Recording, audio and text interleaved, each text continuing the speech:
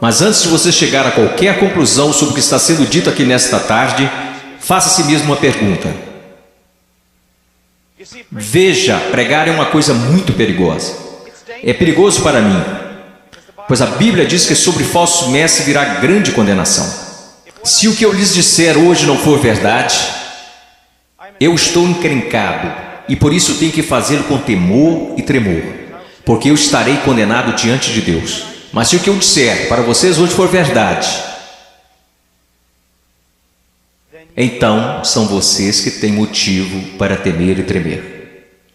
Porque se eu interpretar corretamente esta passagem das Escrituras que eu lhes darei, será como se Deus estivesse falando através de um homem. E seu problema não será comigo, será com Deus e sua palavra. Então a única questão a ser decidida aqui, nesta tarde, é esta: é este homem à nossa frente um falso profeta? Ou será que ele está nos falando a verdade? E se ele estiver nos falando a verdade, então nada mais importa, exceto conformar nossas vidas a esta verdade. Vamos ao Senhor em oração.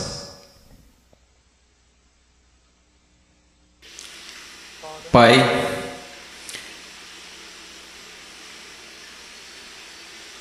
Pai, o Senhor tão pequeno, tão desprezível de tantas maneiras. Tu sabes, Senhor, Tu sabes. Ó Senhor amado, será que falso fogo continuará sendo a única coisa depositada em seu altar? Ou poderia fogo descer do céu? No meio de tanto barulho e clamores e programações, poderia fogo descer do céu? Podem esses ossos secos voltar a viver? Tu sabes, Senhor. Em Tua soberania eu oro e imploro ante ao trono de Deus, que sejas gracioso para conosco. Que o Senhor abra corações e mentes. Senhor, não podemos contar com que eles os abram, eles nunca o farão. Abra seus corações e mentes e faça com que eles vejam a verdade bíblica. Sopre sobre eles, conceda arrependimento, conceda fé. Traga-os ao Teu reino, Senhor. Para a Sua glória, pelo Seu grande nome, realize estas coisas. Senhor, como o irmão falava, que seja, Senhor, de tal forma que nenhum homem obtenha crédito, que nenhum homem ponha a mão na arca do Senhor e se pôr que caia morto, Senhor. Ó Deus, faça-se presente entre nós, por favor, pois não temos outra esperança, não temos nenhuma outra esperança. Estas crianças não têm outra esperança, a não ser que o Senhor haja. Amém. Estarei ensinando em Mateus capítulo 7. Se vocês têm suas Bíblias, sigam-me. Mateus capítulo 7, versículo 3, Jesus disse: entrai pela porta estreita, porque larga é a porta, espaçoso o caminho que conduz à perdição, e muitos são os que entram por ela. E porque estreita é a porta e apertado o caminho que leva à vida, e poucos há que a encontrem. Acautelai-vos, porém, dos falsos profetas que vêm até vós vestidos como ovelhas, mas interiormente são lobos devoradores. Por seus frutos conhecereis. Porventura colhem-se uvas dos pinheiros ou figos dos abrolhos? Assim toda árvore boa produz bons frutos, e toda árvore má produz frutos maus. Não pode a árvore boa dar maus frutos, nem a árvore má dar frutos bons. Toda árvore que não dá bom fruto, corta-se e lança-se no fogo. Portanto, pelos seus frutos os conhecereis. Nem todo que me diz, Senhor, Senhor, entrará no reino dos céus, mas aquele que faz a vontade de meu Pai que está nos céus. Muitos me dirão naquele dia: Senhor, Senhor, não profetizamos nós em Teu nome? E em Teu nome não expulsamos demônios? E em Teu nome não fizemos muitas maravilhas? E então lhes direi abertamente: nunca vos conheci. Apartai-vos de mim, vós que praticais a iniquidade. Todo aquele, pois, que escuta estas minhas palavras e as pratica, semelhá-lo-ei ao homem prudente, que edificou sua casa sobre a rocha, e desceu a chuva e correram rios, e assopraram ventos e combateram aquela casa, e não caiu, porque estava edificada sobre a rocha. E aquele que ouve estas minhas palavras e não as cumpre, compará-lo-ei a um homem sensato, que edificou a sua casa sobre a areia. Desceu a chuva, correram rios e assopraram ventos, e combateram aquela casa, e caiu, e foi grande a sua queda. Eu estou aqui hoje. Eu não estou preocupado no meu coração com a sua autoestima. Eu não estou preocupado no meu coração se você se sente bem consigo mesmo, se a vida está do jeito que você queria, ou se a sua conta bancária está no verde. Só tem uma coisa que me tirou o sono. Só tem uma coisa que me preocupou durante a manhã toda, e é isto: em 100 anos, a maioria das pessoas neste prédio possivelmente estarão no inferno. E muitos que até mesmo professam Jesus Cristo como Senhor passarão a eternidade no inferno. E você diz: pastor, como você pode dizer uma coisa como esta? Eu posso dizer uma coisa como esta, pois eu não realizo meu ministério na América. Eu prego a maior parte do tempo na América do Sul, África e leste europeu. E eu quero que você saiba que quando olham para o cristianismo americano, ele é mais baseado em uma cultura sem Deus do que na palavra de Deus. E tantas pessoas são enganadas, e tantos jovens são enganados, e tantos adultos são enganados em crer que por terem feito uma oração uma vez em suas vidas, eles irão para o céu. E então, quando eles olham ao redor e veem outros que confessam a Cristo, e veem essas pessoas tão mundanas quanto o mundo, e comparam-se uns com os outros, nada perturba seus corações. Eles pensam: bem, eu sou igual à maioria do meu grupo de jovens. Eu vejo coisas que não deveria ver na TV e rio das coisas que Deus odeia. Eu uso roupas sensuais. Eu falo como o mundo, eu ando como o mundo, eu amo a música do mundo. Eu amo tanto essas coisas do mundo, mas graças a Deus eu sou um cristão. Porque eu sou um cristão, eu não pareço diferente da maioria das pessoas da minha igreja. Porque eu sou cristão? Porque houve uma vez na minha vida que eu fiz uma oração e pedi para Jesus entrar no meu coração. Eu quero que você saiba que a maior heresia na igreja evangélica protestante americana é que se você orar e pedir para Jesus Cristo entrar no seu coração, Ele definitivamente entrará. Vocês não encontrarão isso em nenhum lugar das Escrituras. Vocês não encontrarão isso na história batista até 50 anos atrás. O que vocês precisam saber é que a salvação é pela fé, e fé somente em Jesus Cristo. E a fé somente em Jesus Cristo é precedida e seguida por arrependimento, um abandono do pecado, um ódio pelas coisas que Deus odeia, e um amor pelas coisas que Deus ama, um crescimento em santidade e um desejo, não de ser como a Britney Spears, não de ser como o mundo, e não de ser como a maioria dos cristãos americanos, mas de ser como Jesus Cristo.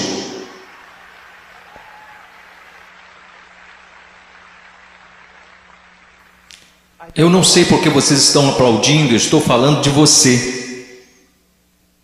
Eu não vim aqui para ouvir améns, eu não vim aqui para receber aplausos, eu estou falando de você. Muitas vezes as pessoas vêm a mim e dizem: eu adoraria segui-lo até a Romênia, adoraria segui-lo à Ucrânia, eu adoraria pregar onde você prega e onde plantou igreja no Peru, na floresta. E eu digo: não, você não iria. Eles dizem: sim, eu iria. E eu digo: não, você não iria, porque você seria expulso da igreja de lá. O que precisamos ver? Eu não estou querendo ser duro apenas para ser duro. Vocês têm noção de quanto amor é necessário para ficar na frente de 5.000 pessoas e dizer que o cristianismo americano é quase completamente errado? Você sabe o que vai me custar nunca mais ser chamado para algo assim? Ser impopular? Você sabe por que você faz isso? Você não faz porque você vai ser bem pago. Você não faz isso porque os homens te amam. Você faz isso porque você ama os homens e, acima de tudo, você quer honrar a Deus. Eu quero lhe dizer uma coisa: Nós vamos olhar para as Escrituras e eu quero que você olhe para ela como ela realmente é. Pare de se comparar com outros que dizem que são cristãos, que se comparam com outros que dizem que são cristãos. Compare a si mesmo com as Escrituras. Quando alguém, um jovem, vem a um pastor ou pastor de jovens e diz: eu não tenho certeza se sou salvo. O pastor de jovens geralmente vai lançar um clichê. Alguma vez em sua vida você orou e pediu para Jesus entrar em seu coração? Bom, sim. Você foi sincero? Bem, eu não sei, mas acho que sim. Você precisa dizer para Satanás parar de te incomodar. Você escreveu no verso da sua Bíblia, assim como o evangelista ensinou quando você foi salvo. Você anotou a data para que qualquer dia que você duvidasse apontasse para a Bíblia. Que superstições têm invadido nossa denominação? Você sabe o que a Bíblia fala para os cristãos fazerem? Examine-se a si mesmo. Teste a si mesmo à luz das Escrituras para saber se você está na fé. Teste a si mesmo para saber se você é um cristão. Você consegue ver se o Senhor liberasse todos aqui e mandasse vocês baterem em cada porta dessa cidade? Você sabe o que descobrimos? 99% das pessoas, pelo menos nessa cidade, acredita que são cristãos. Se você voltar para a sua cidade natal e bater em cada porta de cada casa, porque eu voltei para a minha cidade natal, quando fiz salvo e bati em cada porta, e você sabe o que eu descobri? Todo mundo na minha cidade é um cristão. 85% deles não vão à igreja, e aqueles que vão à igreja não estão preocupados com santidade. Eles não estão preocupados em servir, não estão preocupados em ser separados do mundo, não estão preocupados se o evangelho será pregado entre as nações. Mas graças a Deus eles são salvos. Por que eles são salvos? Porque algum evangelista que deveria ter passado mais tempo estudando sua Bíblia do que pregando disse a eles que eles eram salvos. E ele disse isso para que depois pudesse gabar de quantas pessoas se converteram no seu próximo avivamento. Eu amo vocês. E existem homens aqui que amam vocês. E eu quero ir às Escrituras agora que eu choquei para a vida. Eu quero que vocês me ouçam. Ouça a palavra de Deus e comece a se perguntar algumas perguntas. Antes de tudo, entrai pela porta estreita, porque larga é a porta, espaçoso o caminho que conduz à perdição, e muitos são os que entram por ela. Existe uma porta estreita.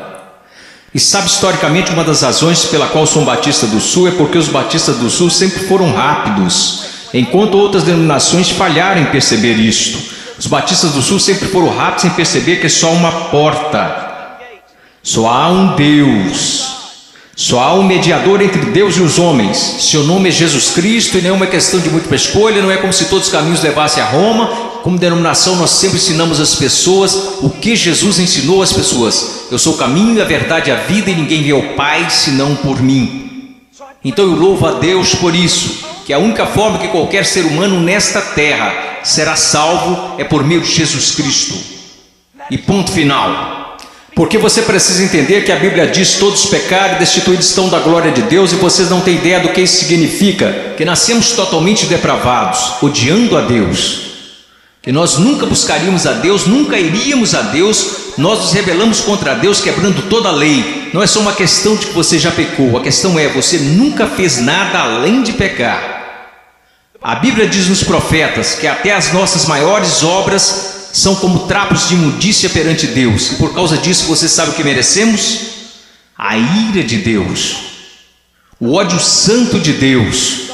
E vocês dizem: espere um pouco, Deus não pode odiar ninguém, Deus é amor. Não, meu amigo, você precisa entender uma coisa: Jesus Cristo ensinou, os profetas ensinaram, os apóstolos ensinaram isto, que a não ser a graça de Deus revelada em Jesus Cristo, nosso Senhor, a única coisa que resta para você é a ira, a violenta ira de Deus.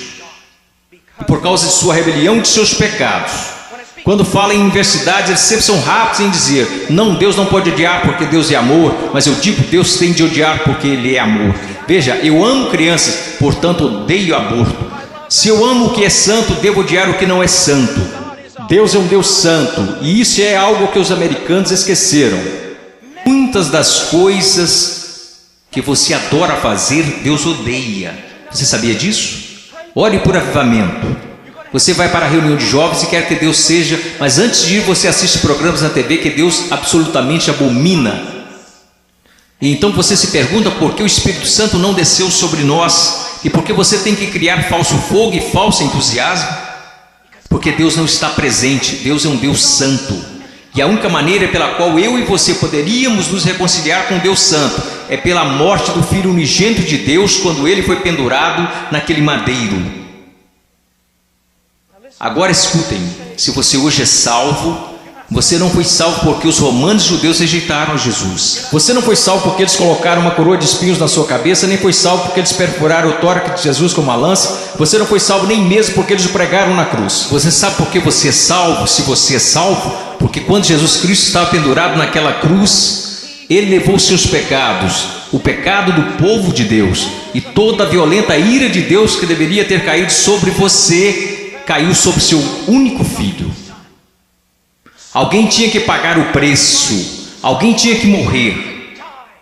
Foi Deus, o Pai, quem esmagou seu único filho, de acordo com Isaías 53, ao Senhor agradou moê-lo.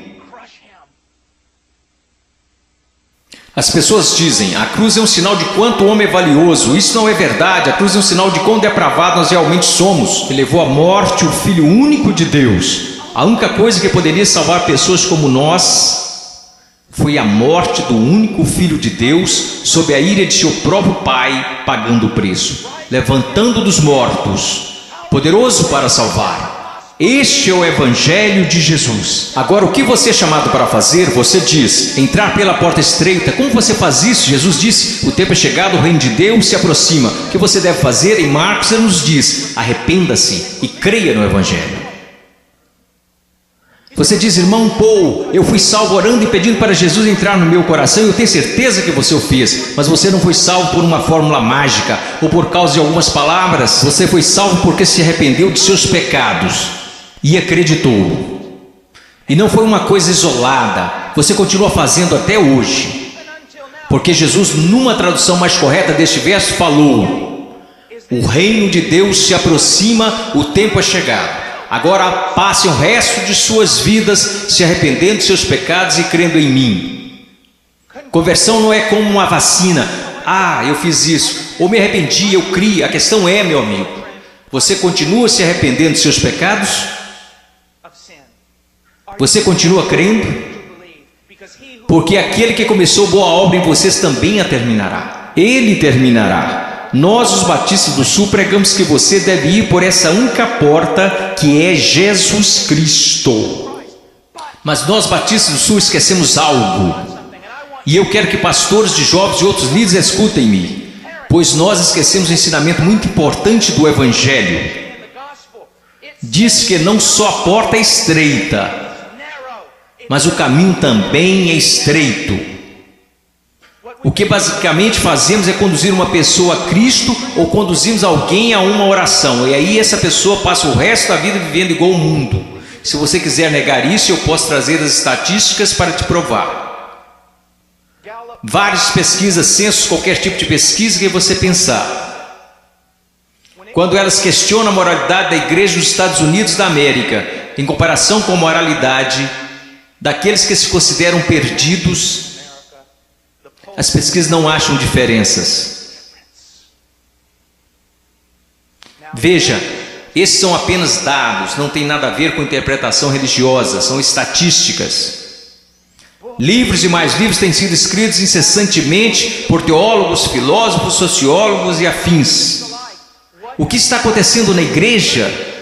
Descobrimos que o aborto na igreja é tão prevalente quanto no mundo. O divórcio é tão prevalente, a imoralidade. Você sabe, assim como eu, que há jovens aqui neste momento que estão praticando imoralidade e ainda assim adorando a Deus como se nada estivesse acontecendo. Você sabe que há jovens aqui que estão usando drogas e indo para a reunião de jovens da igreja. Você sabe, vendo e fazendo coisas que não são apropriadas para cristãos, e ainda assim eles vão para a reunião de jovens, convencidos que estão satisfeitos, convencidos que estão salvos, e ninguém está falando nada a não ser isto.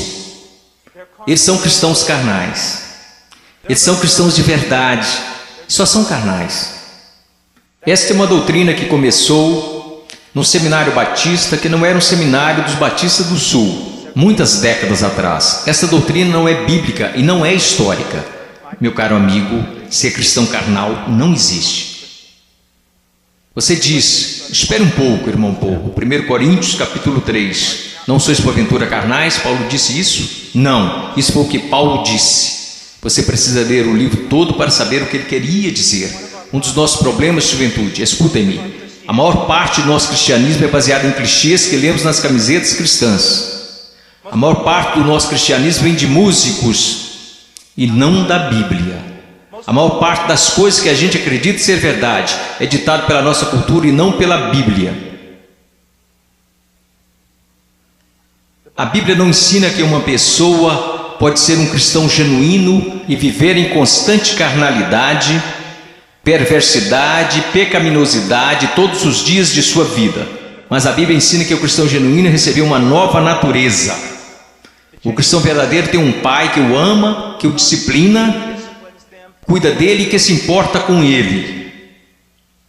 Meu coração está quebrantado porque você sabe tanto quanto eu, jovens. Não sejamos hipócritas, não vamos esconder a verdade.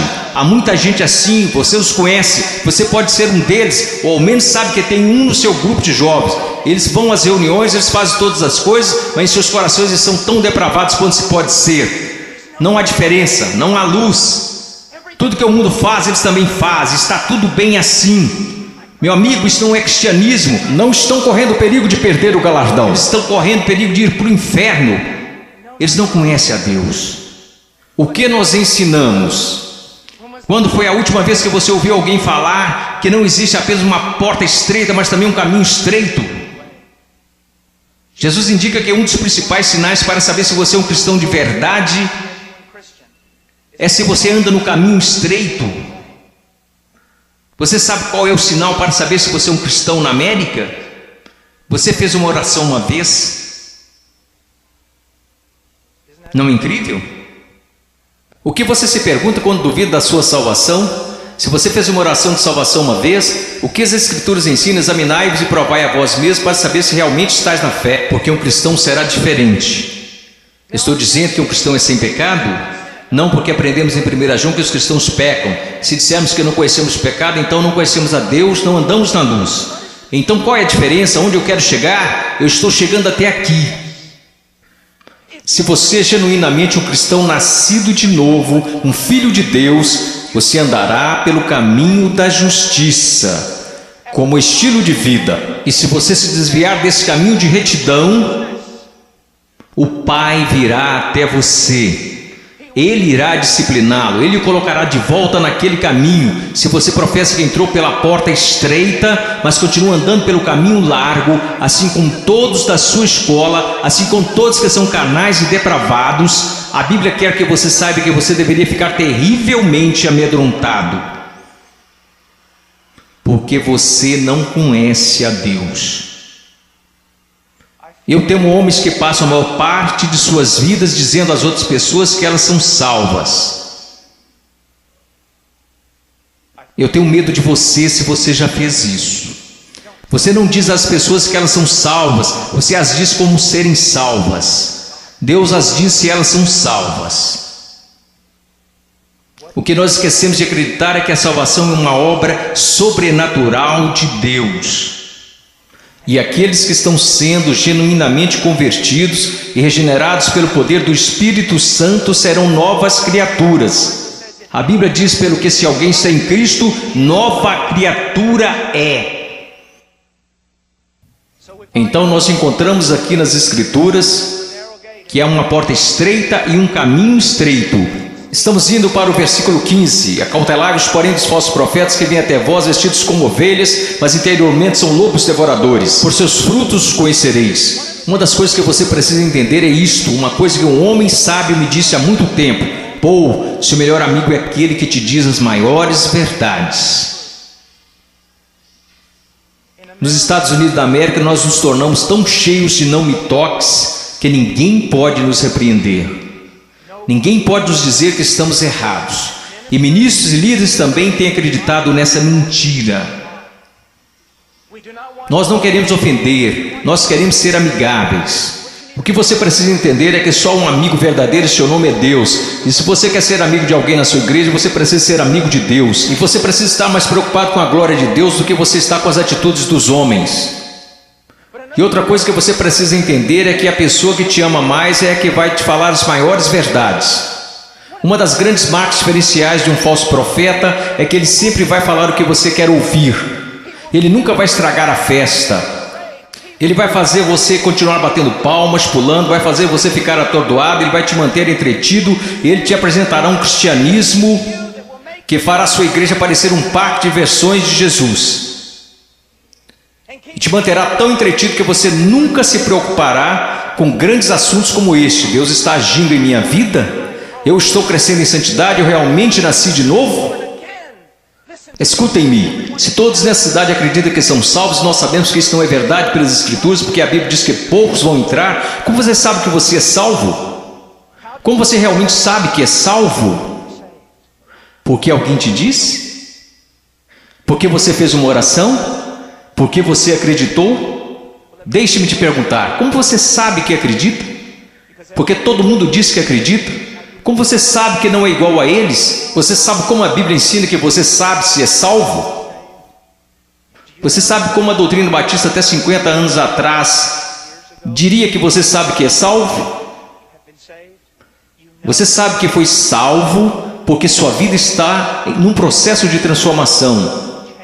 E seu estilo de vida é de alguém que anda nos caminhos da verdade do Senhor. E quando você para de andar nos caminhos da desobediência, como todos nós fazemos, Deus vem até você e te põe de volta no caminho. Uma das maiores evidências que você nasceu de novo é que Deus não permitirá que você fale como sua carne quer falar. Deus não permitirá que você se vista como o mundo sensual e a igreja sensual. Permite que você se vista. Deus não permitirá que você ande como o mundo. Cheire como o mundo, fale como o mundo, escute as coisas que o mundo escuta. Deus fará diferença na sua vida. Diz aqui, ao continuarmos, versículo 17. Então todos, quero dizer, vamos ao versículo 16. Você os conhecerá pelos seus frutos. Como você reconhece um falso profeta? E uma aplicação mais ampla aqui nas Escrituras. E como você sabe que alguém é um cristão genuíno? Pelos seus frutos. Pelos seus frutos, meus amigos. Veja a sua vida, veja o jeito que você anda, veja o jeito que você fala, veja para as paixões do seu coração. Por acaso Jesus está aí em algum lugar, ou ele é só um acessório que você acrescenta em sua vida? Ou é só uma coisa que você faz nas quartas e domingos? Ele é só alguém que você aceita apenas intelectualmente, mas não de coração? Ele é um acessório, ou ele é o centro da sua vida? E qual é o fruto que você está produzindo? Você parece com o mundo, age como o mundo? Você experimenta as mesmas alegrias que o mundo experimenta? Você consegue amar o pecado e gostar de cometê-lo? Você consegue amar a rebeldia e gostar de ser rebelde? Então você não conhece a Deus. Você os conhecerá pelos seus frutos. Deus tem o poder para mudá-los. Imaginemos por um momento Jesus ensinando esta passagem. E você está lá ouvindo. E ele olha para você e diz: espinhos, espinhos. Você acha espinhos em figueiras? E você diz: é claro que não, Jesus. Você não é um agricultor, você não é um fazendeiro, você é um carpinteiro, mas todo mundo sabe, Jesus, você não encontra espinhos numa figueira. Então deixe-me fazer outra pergunta. Você encontra figos bons, frutos em espinheiros? É claro que não, Jesus, isso é loucura. Quer dizer, você nunca vai achar espinhos numa figueira e também nunca encontrará figos num espinheiro. Jesus, se me disserem que isso é possível, pode tomar nota. Ou essa pessoa é louca ou é mentirosa. Então Jesus lhe responde: muito bem.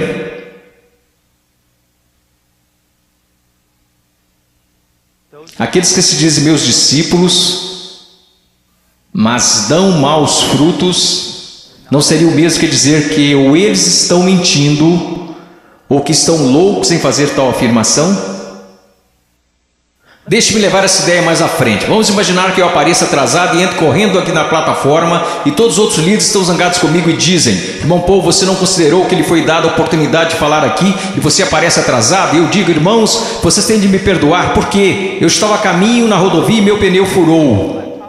E eu estava trocando o pneu e enquanto isso a porca da roda saiu. E eu não estava prestando atenção, então eu corri para pegar a porca da roda. Assim que eu a peguei no meio da rodovia, eu levantei, tinha um caminhão de carga de 30 toneladas vindo a uns 200 km por hora, uns 10 metros à minha frente. E aí ele me atropelou e é por isso que eu estou atrasado. Só existiriam duas explicações lógicas. Eu sei, ninguém mais estuda lógica. Mas só existiriam duas conclusões lógicas. Eu sou um mentiroso. Eu sou um maluco. Você diria: irmão Paul, é absolutamente absurdo, é impossível ter um encontro com algo tão grande como um caminhão de carga e não mudar de estado. E minha questão para você é a seguinte: o que é maior, um caminhão de carga ou Deus? Como é que tantas pessoas hoje professam ter tido um encontro com Jesus Cristo e ainda assim não são permanentemente transformados? Deixe-me dar-lhes algumas coisas para pensar. Você sabe que eu estou lhes dizendo a verdade. Quantas vezes você vai e rededica sua vida de novo, e de novo, e de novo? Quantas vezes os grupos de jovens veem a coisas como esta e ficam empolgadíssimos, e voltam para a igreja e dura cerca de uma semana e meia.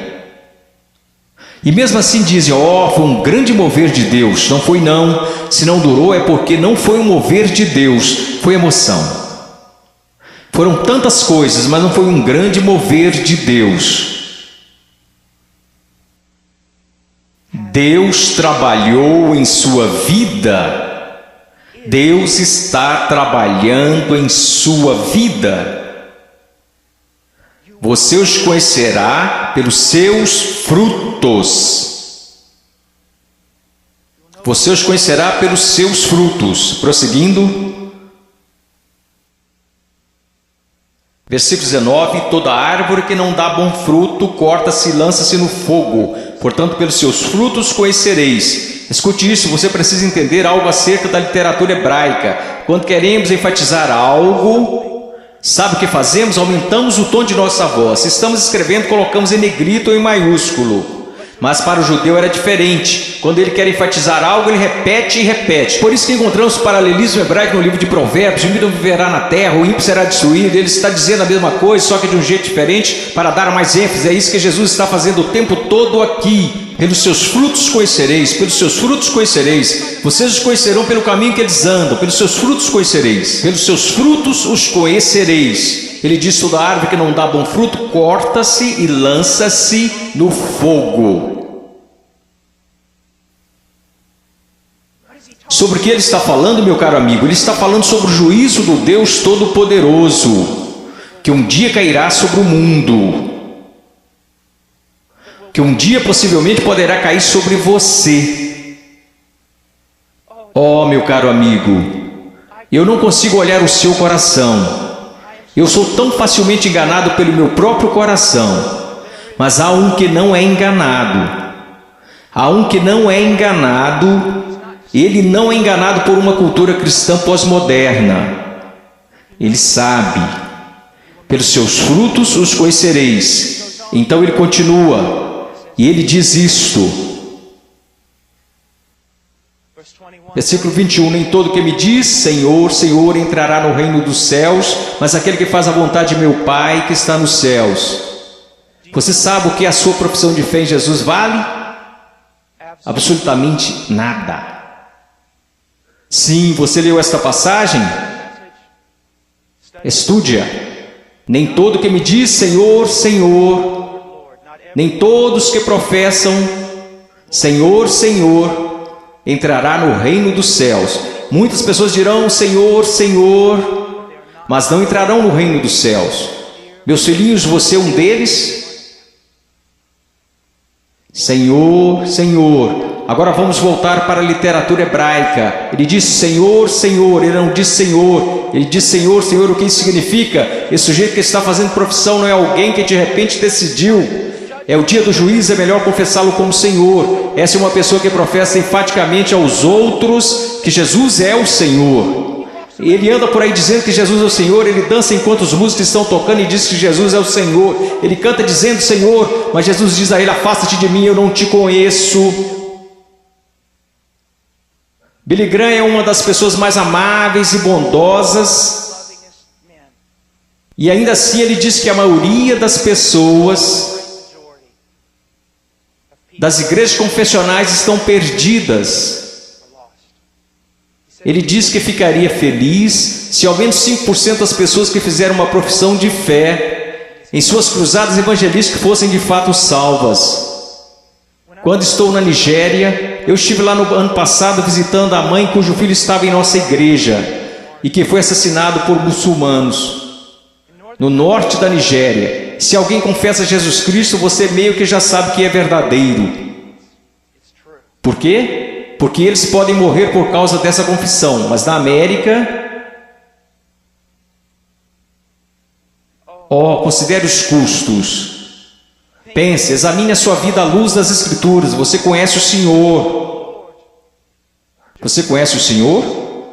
Porque nem todo que me diz Senhor, Senhor entrará no reino dos céus.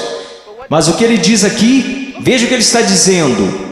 Nem todo que me diz Senhor, Senhor entrará no reino dos céus, mas aquele que faz a vontade de meu Pai que está nos céus. Qual é o sinal de que alguém se tornou um cristão genuíno? Eu gostaria que nós começássemos a ensinar isso novamente. O que aconteceu com a nossa teologia? O que aconteceu com a nossa doutrina? O que aconteceu com o nosso ensino? Foram jogados pela janela? Ninguém mais quer estudar doutrina, só quer escutar músicas cristãs e ler as frases das camisas cristãs. O que aconteceu com a verdade? A verdade diz isto. Aprova a maneira que você pode ter certeza que você é um cristão que nasceu de novo e que você tem como estilo de vida agir segundo a vontade do Pai. E você diz, você está falando de obras. Não, eu estou falando de evidências de fé. Funciona mais ou menos assim. Sua profissão não é prova alguma de que você nasceu de novo, porque todos neste país professam ter fé em Jesus Cristo. Uma pesquisa diz que 65% a 70% dos americanos são salvos, cristãos nascidos de novo.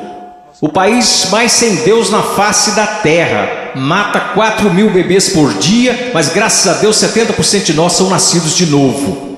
Como você sabe que esta fé que você tem não é falsa? Um estilo de vida que está preocupado em fazer a vontade do Pai, que faz a vontade do Pai, e quando você desobedece a vontade do Pai, o Espírito Santo vem e te repreende pessoalmente através da palavra de Deus, ou através de um irmão ou uma irmã em Cristo, e Deus te põe no caminho novamente.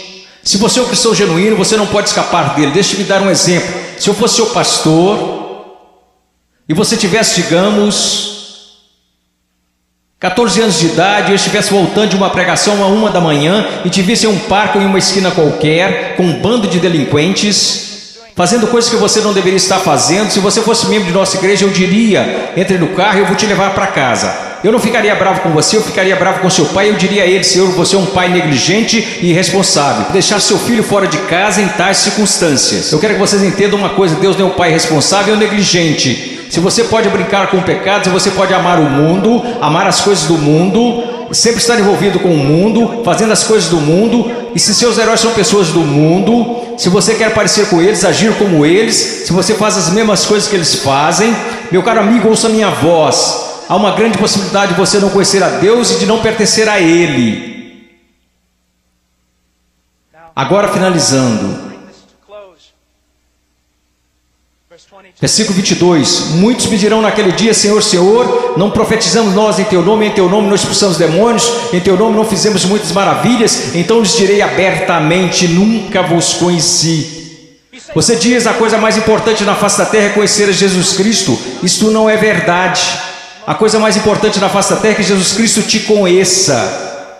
Eu não entrarei na Casa Branca amanhã só porque eu fui até o portão e disse que conheço o presidente.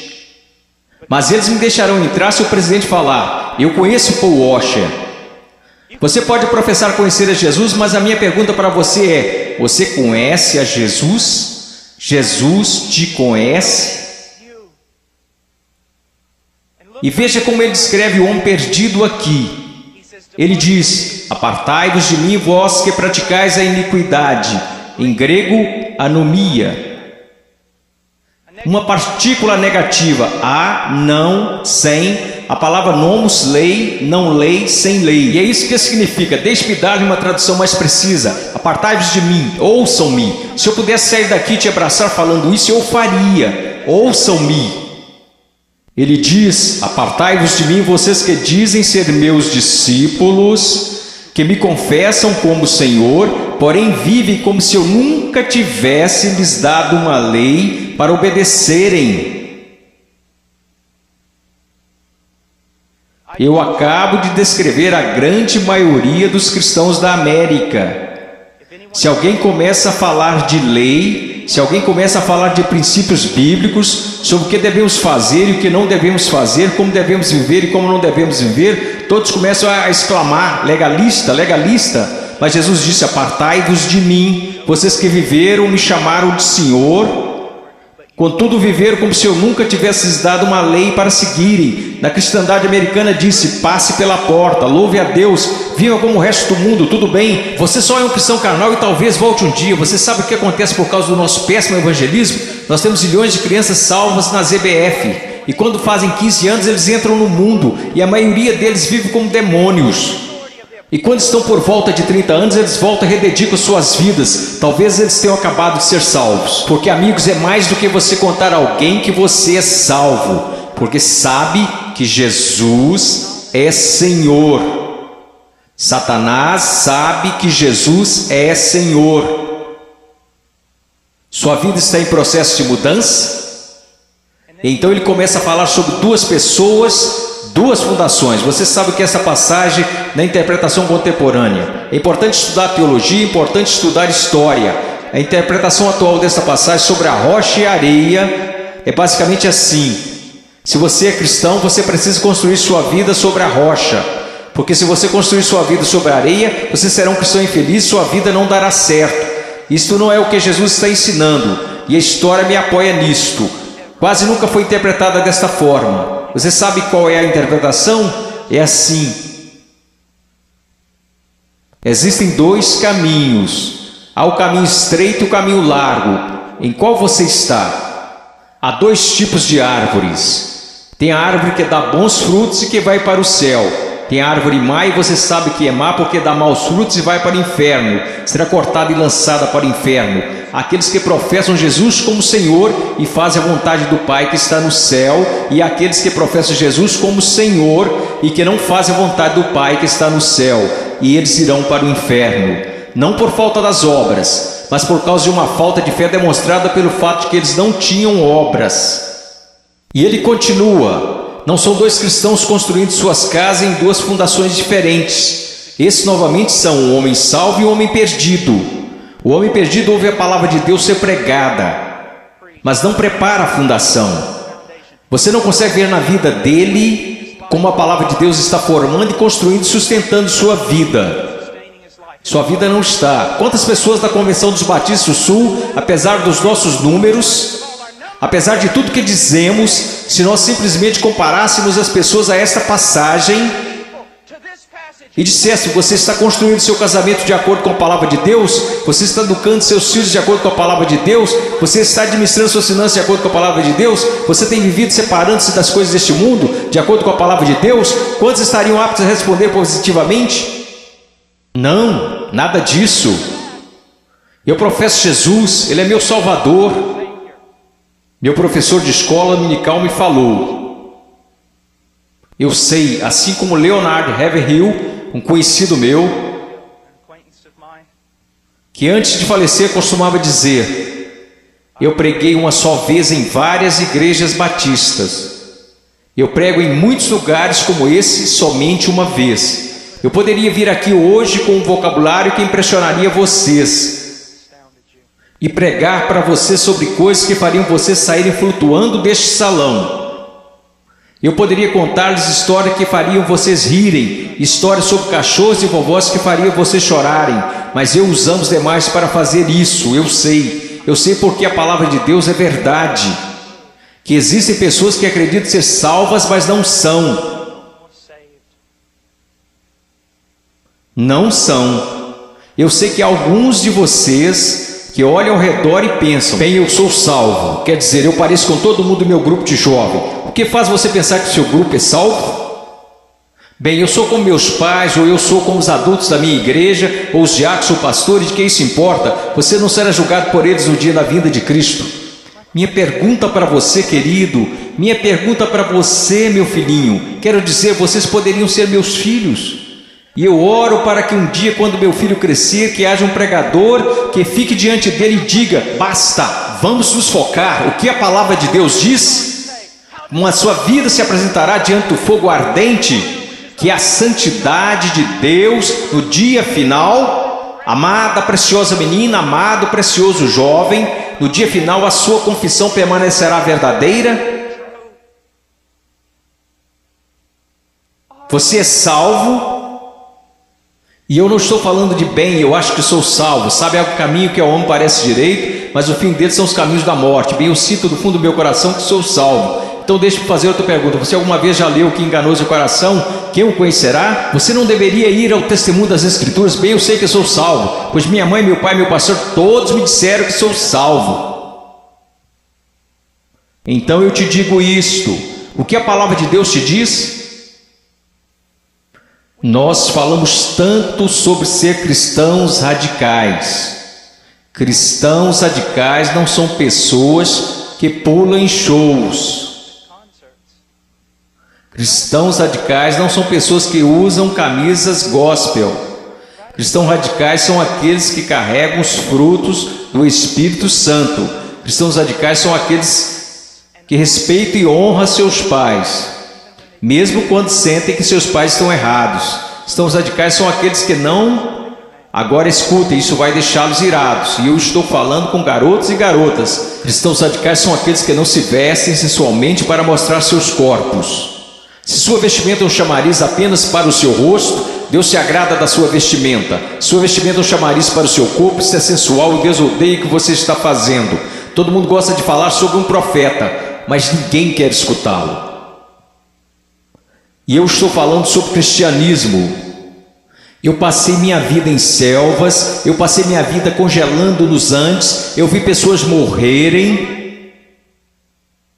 Um garotinho, Andrew Myman, os muçulmanos atiraram 5 vezes o seu estômago e o deixaram morrer na calçada, simplesmente porque ele exclamava: eu estou com tanto medo, mas eu não posso negar a Jesus Cristo.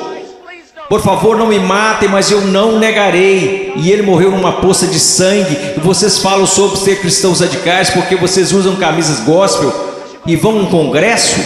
Eu estou falando sobre santidade, eu estou falando sobre ser cheio de Deus. Você sabe o que seria mover de Deus neste local? Se todos vocês caíssem sob convicção de pecado, se eu mesmo caísse sob convicção pelo Espírito Santo e nos prostrássemos e chorássemos, pois assistimos coisas que Deus odeia.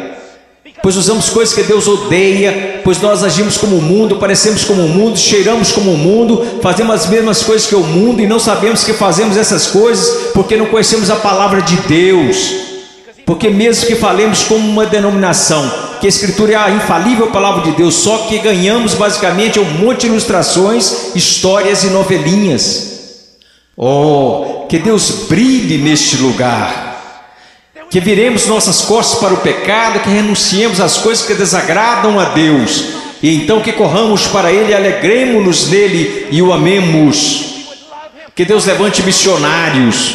Eu não desejo a vocês o mesmo que seus pais. Eles querem segurança e boas casas para vocês. Eles querem que vocês tenham carros e respeito. Eu quero para vocês as mesmas coisas que quero para o meu filho, que um dia ele pegue uma bandeira, a bandeira de Jesus Cristo, e coloque-a num monte onde ninguém esteve antes, e que ele exclame: Jesus Cristo é Senhor, mesmo que isso custe a sua vida. Se quando ele tiver 18 anos me disser as mesmas coisas que eu disse quando era jovem: eu vou para os montes, eu vou para a selva, e as pessoas disseram: você não pode ir, você está maluco, é uma guerra lá, você vai morrer. Eu vou. Quando aquele rapaz colocar sua mochila nas costas, eu vou orar por ele e dizer: vá, vá, Deus seja contigo. E se você morrer, meu filho, eu te vejo do outro lado e honrarei sua morte. Oh Deus, vamos orar, vamos orar. Oh Deus, eu não me importo com reputação, eu não me importo com o que os homens pensam. Eu quero que o Senhor seja honrado, eu quero que esses jovens sejam salvos. Eu quero que os salvos parem de olhar para um cristianismo cultural, que o Senhor odeia e que cuspirá fora de sua boca, e que eles olhem para a sua palavra e digam: eu seguirei a Jesus. Deus, eu oro pelos ministérios de jovens e pastores, e oro para que o Senhor os encha com espírito de sabedoria, amor e coragem e discernimento, e querido Deus, custe o que custar, eu oro para que o Senhor levante missionários. Ao olhar para esses garotos, eu não posso evitar de pensar no meu filhinho. Oh Deus, que o Senhor salve o Ian, e que eu levante e o mande para a pior parte da batalha. Oh, querido Deus, levante missionários aqui, levante missionários, levante pregadores e pastores e embaixadores e evangelistas, que conheçam a palavra de Deus. Oh Deus, trabalhe neste lugar, por favor, trabalhe neste lugar, amado Deus, por favor, por favor, por favor, por favor. Agora, com todas as cabeças baixas, alguém aqui hoje à noite que gostaria de dizer: irmão Paul, eu tenho vivido uma mentira. Eu digo que sou cristão, mas eu amo o mundo, eu pareço com o mundo, e cheiro como o mundo, e eu me odeio por conta disso. Irmão Paul, eu estou tão cansado desse cristianismo que tenho vivido, eu estou cansado disto. Eu estou cansado disto. Eu quero ser salvo. Eu quero ser salvo. Eu só quero que levantem. Irmão Paul, eu quero ser salvo. Amém. Alguém mais? Eu quero ser salvo. Amém. Amém. Em momentos teremos um apelo, e vocês que levantaram, eu vou descer aqui e quero que vocês se encontrem comigo. Eu quero falar com vocês agora. Vocês podem se sentar. Obrigado. Agora quero conversar com vocês que professam ser cristãos.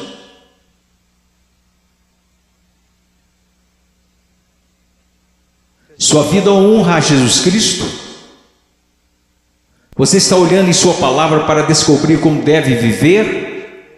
Eu oro de todo o coração. A única coisa que irá salvar a igreja na América, só há duas possibilidades. Uma é uma reforma total em nossas pregações e nosso estudo da palavra de Deus, e a outra é uma perseguição feroz e horripilante. Essa é a única coisa que irá salvar a igreja na América. Eu oro para que vocês retornem à palavra. Eu oro, ouçam-me jovens, vocês precisam dizer: ok, como eu devo proceder perante meus pais? Vá à palavra, descubra, obedeça. Como devo me vestir? Vá à palavra, descubra, obedeça. Como devo falar? O que devo escutar? Ponha cada pensamento, palavra e ato em sujeição a Jesus Cristo.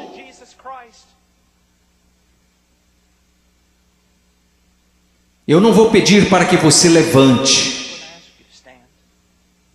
porque eu estou tão cansado de pessoas virem à frente e assumirem o compromisso, e esse compromisso durar apenas 2 minutos. Eu não estou aqui para poder escrever na minha revista que zilhões de vocês vieram à frente. Eu quero que você vá para casa e viva para Jesus Cristo com todo o seu coração. Mas se você precisa de aconselhamento, você dirá: irmão Paul, eu quero viver para Jesus Cristo, mas eu não sei como. Em minutos nós iremos fazer um convite, e eu quero que você venha à frente, não para assumir um compromisso. Se quiser assumir algum compromisso, faça isso daí de onde está sentado. Se precisa contar a alguém, vá contar ao seu pastor, vá contar ao seu pastor de jovens, e quer saber, nós saberemos se esse compromisso irá durar. Quer saber como? Porque irá durar. Nós saberemos se foi de Deus. Deixe-me contar-lhes uma coisa: se você tomou a decisão de seguir a Jesus Cristo, Se você tomou a decisão para ser salvo nesses 2 últimos dias, eu quero dizer algo: se você foi genuíno, durará. Se daqui a algumas semanas você voltar direto ao mundo, viver como o mundo, agir como o mundo, quero que você saiba de uma coisa: você não entendeu nada aqui neste final de semana, você foi emotivo, apenas isto. Se você realmente ganhou algo do Senhor, eu quero que você saiba, isso durará. E ainda que você tente correr disto, você não vai conseguir. Você não vai conseguir.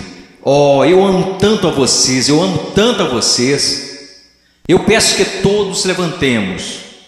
Se você precisa de aconselhamento acerca de uma decisão que fez, mas que não está clara, eu quero que você venha à frente e eu vou descer aqui. Vocês que levantaram, houve muitos de vocês aí que disseram: eu preciso conhecer a Jesus Cristo. Eu quero que você venha até aqui agora mesmo, eu quero te conhecer. Eu quero voltar aqui com você e os outros conselheiros. Quero conversar com você e eu quero te dizer uma coisa, não em 5 minutos, não em 10 minutos. Se você precisar conversar a noite toda, nós ficaremos. Essa é a atitude de cada conselheiro neste lugar. Nós ficaremos a noite inteira se necessário, a noite toda. Deus te ama, Deus te ama. Deixe-me orar por você.